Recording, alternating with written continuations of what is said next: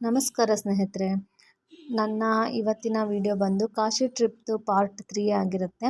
ನಾವು ಕಾಶಿಯಲ್ಲಿ ಕಾಶಿ ವಿಶ್ವನಾಥರ ದರ್ಶನ ಮುಗಿಸ್ಕೊಂಡು ಬೆಳಗಿನ ಜಾವ ದುರ್ಗಾ ಟೆಂಪಲ್ಗೆ ಹೋಗಿದ್ವಿ. ದುರ್ಗಾ ಟೆಂಪಲ್ಗೆ ಮುಗಿಸಿ ನೆಕ್ಸ್ಟು ಹಸ್ಸಿ ಘಾಟ್ ಅಂತ ಇದೆ, ಅಲ್ಲಿ ಹಸ್ಸಿ ಘಾಟಿಗೆ ಬಂದಿದ್ವಿ. ಅದು ಸ್ವಲ್ಪ ಚೆನ್ನಾಗಿದೆ, ಕೂತು ಸ್ವಲ್ಪ ಹೊತ್ತು ಟೈಮ್ ಸ್ಪೆಂಡ್ ಮಾಡೋ ಥರ ಜಾಗ, ಒಳ್ಳೆ ಗಾಳಿ ಆಗುತ್ತೆ.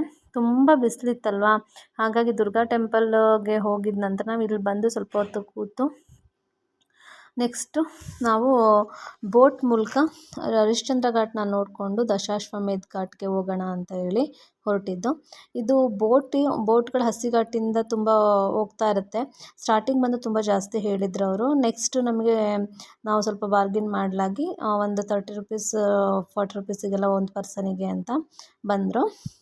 ನಾವು ಆನ್ ದಿ ವೇ ಹೋಗ್ಬೇಕಾದ್ರೆ ಮಾಡಿರೋಂಥ ವಿಡಿಯೋ ಇದ್ದು ಗಂಗಾ ನದಿ ಒಳಗಡೆ ಏನಂತ ಅಂದರೆ ಹಸ್ಸಿ ಘಾಟಿಂದ ದಶಾಶ್ವಮೇಧ ಘಾಟಿಗೆ ಹೋಗ್ಬೇಕಾದ್ರೆ ಹರಿಶ್ಚಂದ್ರ ಘಾಟ್ ಸಿಗುತ್ತೆ. ನಮಗೆ ಬೇಕು ಅಂದರೆ ಅವ್ರು ಇಳಿಸ್ತಾರೆ. ಹರಿಶ್ಚಂದ್ರ ಘಾಟಿಗೆ ಹೋಗಿ ಇಳಿದು ನೋಡ್ತೀವಿ ಅಂದರೆ ಅದನ್ನು ನಾವು ಇಳಿಲಿಲ್ಲ, ದೂರದಿಂದನೇ ನೋಡಿದ್ದು. ಅದಕ್ಕೂ ಮುಂಚೆ ನಂದು ದರ್ಶನದ್ದು ಸ್ಟೋರಿನ ಹೇಳ್ತೀನಿ ನೋಡಿ. ನಾವು ಆ್ಯಕ್ಚುಲಿ ದರ್ಶನ 2 ದಿನ ಮಾಡಿದ್ವಿ. ಇವತ್ತು ಫಸ್ಟು ಹೋಗಿದ್ದು ಮಾರ್ನಿಂಗ್ ಒಂದಿನ ಹೋದ್ರಿ, ಅದಾದಮೇಲೆ ನೆಕ್ಸ್ಟ್ ಡೇಗೂ ಕೂಡ ಹೋಗಿದ್ವಿ. ಏನಪ್ಪ ಅಂದರೆ ದರ್ಶನಕ್ಕೆ ಹೋಗ್ಬೇಕಾದ್ರೆ ನಾವು ಫಸ್ಟು ದಿನ ಹೋದಾಗ ನಮಗೆ ಸ್ಪರ್ಶ ದರ್ಶನ ಸಿಗಲಿಲ್ಲ. ಅಂದರೆ ದೇವ್ರನ್ನ ಈ ಕಡೆ ಉತ್ತರ ಭಾರತದಲ್ಲಿ ಮೊದಲೇ ಹೇಳ್ದಂಗೆ ಗರ್ಭಗುಡಿಗೆ ಬಿಟ್ಟು ದೇವ್ರನ್ನ ಮುಟ್ಟಕ್ಕೆ ಬಿಡ್ತಾರೆ. ಅದು ಆ್ಯಕ್ಚುಲಿ ಕಾಶಿ ವಿಶ್ವನಾಥರ ದೇವಸ್ಥಾನದಲ್ಲಿ 4 to 5 ಅಂದರೆ ಬೆಳಗಿನ ಜಾವ 4 ರಿಂದ 5 ಗಂಟೆವರೆಗೂ ಮಾತ್ರ ಪರ್ಮಿಷನ್ ಇರುತ್ತೆ. ಸಂಜೆಯೂ ಕೂಡ 4 to 5 ಇರುತ್ತೆ. ನಾವು ಬೆಳಗಿನ ಜಾವ ಹೋಗಿಲ್ಲಾಗಿ ನಮಗೆ ಸಿಕ್ಕಿಲ್ಲ. ಒಂದು 15 ಮಿನಿಟ್ಸ್ ಲೇಟ್ ಆಯಿತು. ಅಂದರೆ ನಾವು ಹೋಗಿದ್ದು ಬೇಗನೆ ಹೋಗಿದ್ದು, ತುಂಬ ಜನ ಇರ್ತಾರಲ್ವ, ಹಾಗಾಗಿ ನಾವು ಅಷ್ಟೊತ್ತಿಗೆ ಎಷ್ಟೇ ಜನ ಇದ್ದರೂ ಯಾರೇ ಇದ್ದರೂ ಕ್ಲೋಸ್ ಮಾಡಿಬಿಡ್ತಾರೆ 5 ಗಂಟೆಗೆ.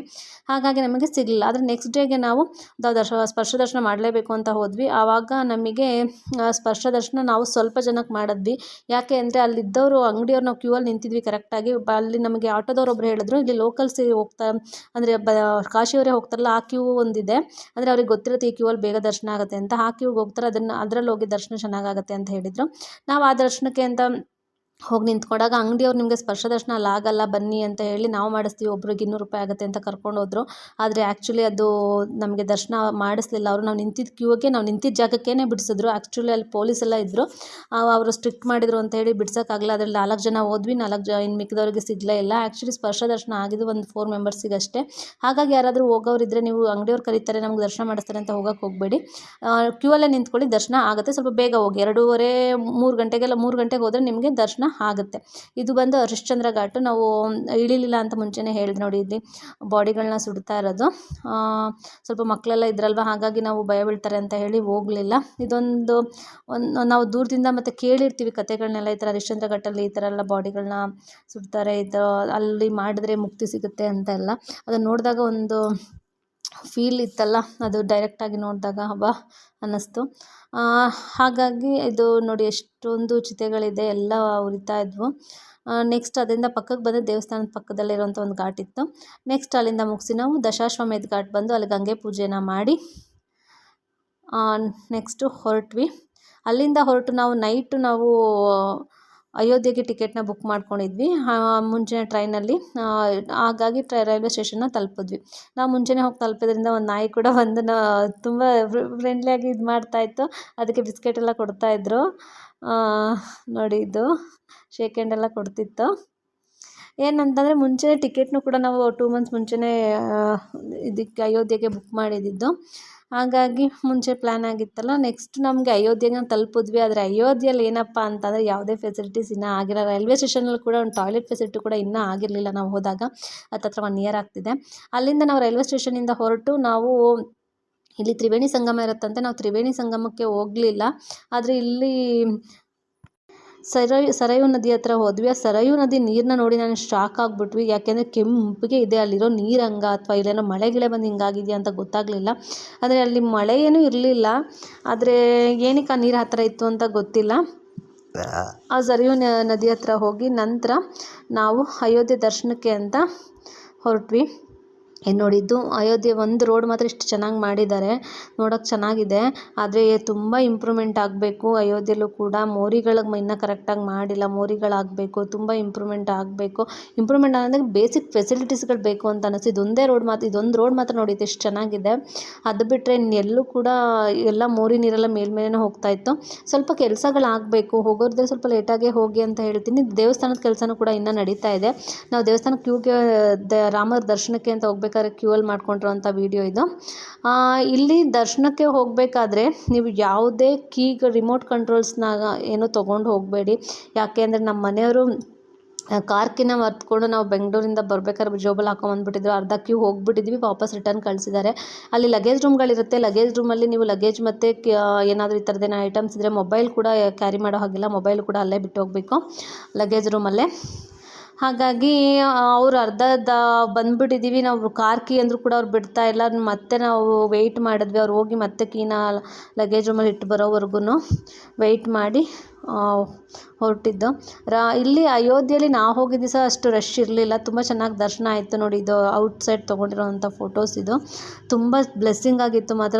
ಡೈರೆಕ್ಟ್ ನಾವು ಟಿ ವಿಲಿ ನೋಡೋದಕ್ಕಿಂತ ಡೈರೆಕ್ಟಾಗಿ ನೋಡಿದ್ದು ಒಳ್ಳೆ ಫೀಲಿಂಗು. ತುಂಬ ಒಳ್ಳೆ ಕೆತ್ತನೆ ಕೆಲಸನ ಮಾಡಿದ್ದಾರೆ ಒಳಗಡೆ. ತುಂಬ ಚೆನ್ನಾಗಿತ್ತು ದೇವಸ್ಥಾನ. ಜೀವನದಲ್ಲೆಲ್ಲ ಯಾರಾದರೂ ನಾವು ಹೋಗಬೇಕಾ ಬೇಡವಾ ಅನ್ನೋ ಕನ್ಫ್ಯೂಷನ್ಲಿದ್ದರೆ ದಯವಿಟ್ಟು ಒಂದ್ಸಲ ಹೋಗಿ ನೋಡಿ. ಏನೇ ಬಿಸಿಲು ಏನೇ ಇದ್ದಿದ್ರೂ ಕೂಡ ತುಂಬ ಚೆನ್ನಾಗಿತ್ತು. ಅಲ್ಲಿಂದ ನಾವು ನೆಕ್ಸ್ಟ್ ಬಂದು ಪಕ್ಕದಲ್ಲೇ ಇರೋ ಹನುಮಾನ್ ಗಡಿಗೆ ಬಂದ್ವಿ. ಇಲ್ಲಿ ತುಂಬ ಪ್ಲೇಸಸ್ ಇದೆ ನೋಡೋದು ಅಂತ ಹೇಳಿದ್ರು, ಆದರೆ ನಮ್ಮಲ್ಲಿ ನಾವುಗಳು ಯಾರೂ ಬಿಸಿಲನ್ನು ತಡ್ಕೊಳಕ್ಕಾಗಿಲ್ಲ.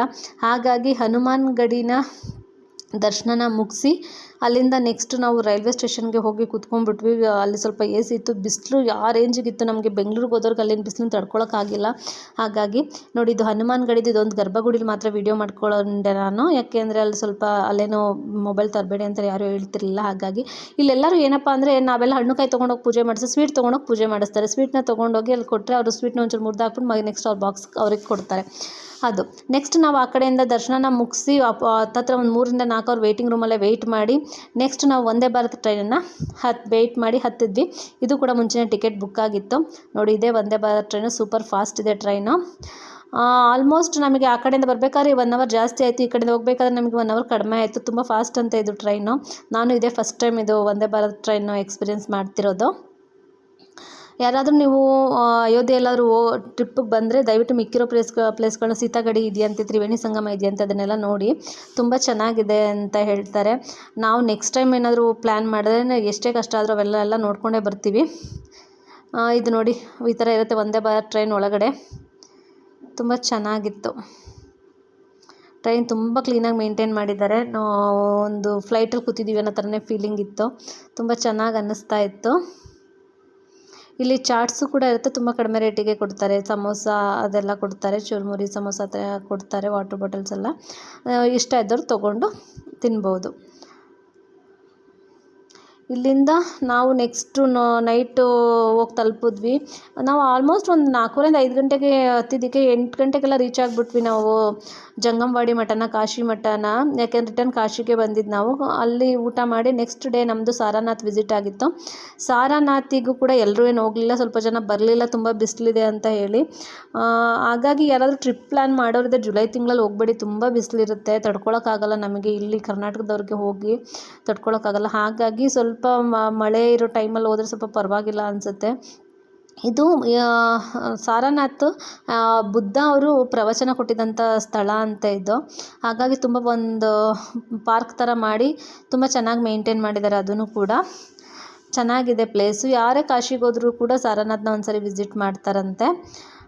ನೋಡಿ ಎಷ್ಟು ಚೆನ್ನಾಗಿದೆ. ಇಲ್ಲಿಗೆ ಪ್ರಯಾಗ ಕೂಡ ಹತ್ತಿರ ಅಂತ ಹೇಳ್ತಾರೆ, ಆದರೆ ನಮಗೆ ಟೈಮ್ ಇರಲಿಲ್ಲ. ಆಲ್ರೆಡಿ ಟಿಕೆಟ್ಸ್ ಎಲ್ಲ ರಿಟರ್ನ್ ಟಿಕೆಟ್ ಬುಕ್ ಆಗಿದ್ವಲ್ಲ, ಹಾಗಾಗಿ ಹೋಗೋಕ್ಕಾಗಲ್ಲ, ಬರೋದು ಲೇಟ್ ಆಗಿಬಿಡುತ್ತೆ ಅಂತ ಹೇಳಿ. ಅದರಿಂದ ನಾವು ಸಾರನಾಥ್ನ ಮುಗಿಸಿ ಅದನ್ನು ಪಕ್ಕಕ್ಕೆ ಬಂದರೆ ಒಂದು ಮಗ್ಗ ಇತ್ತು ಈ ಥರ, ಅಂದರೆ ಕೈ ಮಗ್ಗದ ಸೀರೆಗಳು ಅಂತ. ಅದನ್ನು ಹೋಗಿ ವಿಸಿಟ್ ಮಾಡಿದ್ವಿ. ಆದರೆ ಅಲ್ಲಿ ನನಗೆ ರೇಟು ಬೆಂಗಳೂರಷ್ಟೇ ಇದೆ ಅನ್ನಿಸ್ತು. ಹಾಗಾಗಿ ಕೆಲವೊಬ್ರು ತೊಗೊಂಡ್ವಿ, ಇನ್ನು ಕೆಲವ್ರು ತೊಗೊಳ್ಳಿಲ್ಲ. ನೆಕ್ಸ್ಟ್ ನಾವು ಯಾವತ್ತು ಸಂಜೆನೇ ಬ್ಯಾಕ್ ಟು ಬ್ಯಾಂಗ್ಳೂರು. ಅಬ್ಬಾ ಎಷ್ಟು ಸಾಕಾಗಿತ್ತು ಅಂತ ಹೇಳಿದ್ರೆ, ಎಷ್ಟೊತ್ತಿಗೆ ನಾವು ಬೆಂಗ್ಳೂರಿಗೆ ನೋಡೋಣ ಅನ್ನೋ ಥರ ಆಗಿತ್ತು. ಅಷ್ಟು ಸುಸ್ತು, ಬಿಸಿಲು ತಡ್ಕೊಳಕ್ಕಾಗಿಲ್ಲ. ನಾವು ಆ್ಯಕ್ಚುಲಿ ಆ ಕಡೆಯಿಂದ ಬರಬೇಕಾದ್ರೆ ಇಂಡಿಗೋ ಫ್ಲೈಟ್ ಇದು, ರಿಟರ್ನ್ ಬರಬೇಕಾದ್ರೆ. ಈ ಕಡೆಯಿಂದ ಹೋಗಬೇಕಾದ್ರೆ ಏರ್ ಇಂಡಿಯಾದಲ್ಲಿ ಹೋಗಿದ್ದಿದ್ದು. ಇವಾಗ ನೋಡಿದ್ರೆ ಏರ್ ಇಂಡಿಯಾ ಕ್ರ್ಯಾಶ್ ಆಗಿದೆ ಅಂತ ಹೇಳ್ತಾರೆ. ಆದರೆ ಏರ್ ಇಂಡಿಯಾ ಫ್ಲೈಟ್ ಕೂಡ ತುಂಬ ಚೆನ್ನಾಗಿತ್ತು. ಇಂಡಿಗೋ ಸ್ವಲ್ಪ ತುಂಬ ದೊಡ್ಡದು, ಅದು ಕೂಡ ತುಂಬ ಚೆನ್ನಾಗಿತ್ತು. ಏರ್ ಇಂಡಿಯಾದನ್ನು ಕೂಡ ತುಂಬ ಚೆನ್ನಾಗಿತ್ತು. ಏನಪ್ಪ ಅಂತ ಅಂದರೆ ಕಾಶಿ ಮತ್ತು ಅಯೋಧ್ಯೆ ಟ್ರಿಪ್ಪು ಅದು ಏಜ್ ಲಿಮಿಟ್ ಇಲ್ಲ, ಯಾರಾದರೂ ಮಾಡ್ಬೋದು. ಆದರೆ ಸ್ವಲ್ಪ ಪೇಷನ್ಸ್ ಇಟ್ಕೊಂಡು ಹೋಗಿ, ಸ್ವಲ್ಪ ಬಿಸಿಲಿಲ್ದಿರೋ ಟೈಮಲ್ಲಿ ಹೋಗಿ ಎಲ್ಲ ಪ್ಲೇಸ್ನೂ ಕವರ್ ಮಾಡ್ಕೊಂಬಂದರೆ ನಾವು ಅಷ್ಟು ದುಡ್ಡು ಖರ್ಚು ಮಾಡ್ಕೊಂಡು ಹೋಗಿದ್ದಕ್ಕೂ ಒಳ್ಳೆ ಎಕ್ಸ್ಪೀರಿಯೆನ್ಸ್ ಆಗುತ್ತೆ. ಆಲ್ಮೋಸ್ಟ್ ನಮಗೆ ಒಂದು ಪರ್ಸನಿಗೆ ಜಾಸ್ತಿ ಏನು ಅಮೌಂಟ್ ಬಂದಿಲ್ಲ, ಒಂದು 15,000 to 16,000 ಏನೋ ಬೀಳ್ತು. ಯಾಕೆಂದರೆ ನಾವು ರೂಮೆಲ್ಲ ನಾನ್ AC ತೊಗೊಂಡಿದ್ವಿ ಮತ್ತು ನಾವೇ ಫ್ಲೈಟ್ ಟಿಕೆಟ್ಸ್ ಎಲ್ಲ ಬುಕ್ ಮಾಡ್ಕೊಂಡಿದ್ರಿಂದ. ಇದಿಷ್ಟು ನನ್ನ ಕಾಶಿ ಟ್ರಿಪ್ನ ವಿಡಿಯೋ ಆಗಿತ್ತು.